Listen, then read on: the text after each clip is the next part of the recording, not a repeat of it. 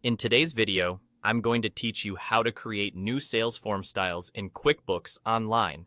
If you want your invoices, estimates, and sales receipts to look polished and on brand, customizing a form style is the quickest way to do it. Start by opening QuickBooks Online and clicking the gear icon at the top right to open Settings. From there, select Custom Form Styles. This page shows every style you've already created, making it easy to manage or reuse designs. To build a new one, click New Style at the top right and choose whether you're creating an invoice, an estimate, or a sales receipt. Pick the option that matches the form you plan to send. Each one can have its own look and content.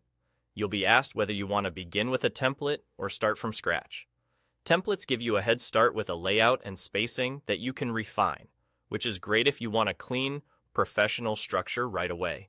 Next, add your logo. Use a clear high-resolution image so it prints sharply on PDFs.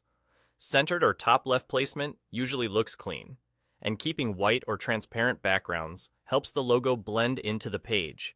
Now it's time to set your colors. Choose hues that match your brand, but keep contrast in mind for readability.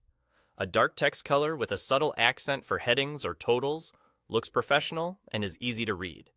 After that, pick a font that's legible on screen and in print. Sans serif fonts are typically easier to read at small sizes, and keeping font sizes consistent across sections helps your form look cohesive. Move on to editing the content. Select an area of the form, such as the header, the table with line items, or the footer, and check or uncheck the fields you want to include. Only display what your customers actually need, like terms, due date, and item details. If there's sensitive internal information you don't want to show, make sure it's unchecked here. You can also add a brief message or note for clarity, like a thank you line or payment guidance.